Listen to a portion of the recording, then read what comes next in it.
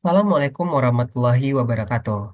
Saya Alhamid Putra dengan NIM 22109320047. Pada kesempatan kali ini akan menjelaskan mengenai studi pemodelan kelangkaan minyak sawit terhadap permasalahannya di Indonesia pada mata kuliah pemodelan sistem.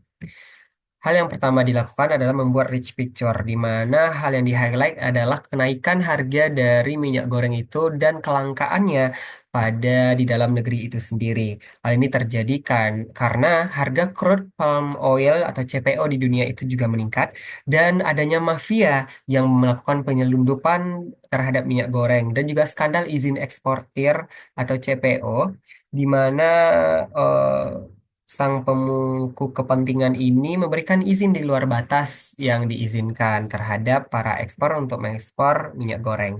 Kemudian hal-hal yang dilakukan pemerintah untuk mengatasi itu adalah memberikan subsidi minyak goreng, kemudian larangan ekspor, dan juga kebijakan HED. Namun, ketika kebijakan HED ini direalisasikan di Indonesia, terjadi antrian panjang terhadap masyarakat itu ketika ingin membeli minyak goreng. Bahkan masyarakat menjadi bingung dengan regulasi itu sendiri. Kemudian pemerintah mengeluarkan kebijakan baru yaitu Domestic Market Obligation dan Domestic Price Obligation. Harapan dari DMO dan DPO ini diatur adalah untuk meningkatkan inventory atau stok dari minyak goreng dalam negeri itu sendiri. Sehingga tercapainya kestabilitasan harga dan juga meningkatnya kepuasan dari masyarakat itu sendiri sehingga tidak ada lagi ketergantungan terhadap ekspor minyak goreng. Kemudian gejala yang dapat disimpulkan adalah harga minyak goreng yang meningkat signifikan hingga Rp20.000 per liternya. Langkanya pasokan minyak goreng di pasar domestik yang membuat masyarakat ini sulit untuk mendapatkan kebutuhannya. Pengawasan distribusi di dalam negeri yang kurang baik sehingga bergantung pada pasar ekspor, penimbunan dan penyelundupan minyak goreng yang dilakukan oleh para mafia. Bahkan para mafia ini juga ada dalam pemerintahan itu sendiri dan antrean panjang untuk mendapatkan minyak goreng yang bersubsidi yang dialami oleh masyarakat. Dari gejala tersebut dapat dirumuskan masalah bahwa minimasi biaya dan menjaga stabilitas harga serta pasokan minyak goreng dalam negeri serta meningkatkan pengawasan distribusi dan mengatasi manipulasi pasar oleh para mafia itu sendiri. Identifikasi stakeholder yang disimpulkan adalah problem owner yaitu pemerintah pusat yaitu presiden dan Kementerian Perdagangan yang memberikan kebijakan nantinya. Kemudian problem user, yaitu masyarakat dan pelaku usaha mikro kecil menengah yang merupakan dampak dari hal ini permasalahan ini. Kemudian problem customer, distributor minyak goreng dan retailer toko di pasar domestik yang akan mendistribusikan minyak goreng dari produsen ke konsumen nantinya. Kemudian problem solver, yaitu yang menganalisis kebijakan distribusi dan subsidi apakah tepat atau tidak, yaitu pada Indef dan Korek. Kemudian Kejaksaan Agung sebagai pengusut kasus ilegal dan penyelundupan, serta produsen sebagai pelaku alokasi produk minyak goreng itu sendiri sesuai dengan DMO dan DPO. Formulasi matematika yang dapat disimpulkan adalah yang pertama fungsi objektif minimasi biaya distribusi total dan deviasi harga, yaitu minimize terhadap fungsi Z, di mana fungsi Z ini adalah sigma dari CIJ dan XIJ ditambah lambda dikali dengan sigma mutlak dari PJ real dan dikurang PJ optimal. Keterangannya adalah sigma CIJ dan XIJ itu adalah total biaya produksi, sedangkan sigma PJ real dikurang PJ optimal ada deviasi harga dan target optimal, serta lambda merupakan bobot yang menentukan pentingnya stabilitas harga dibandingkan dengan biaya produksi.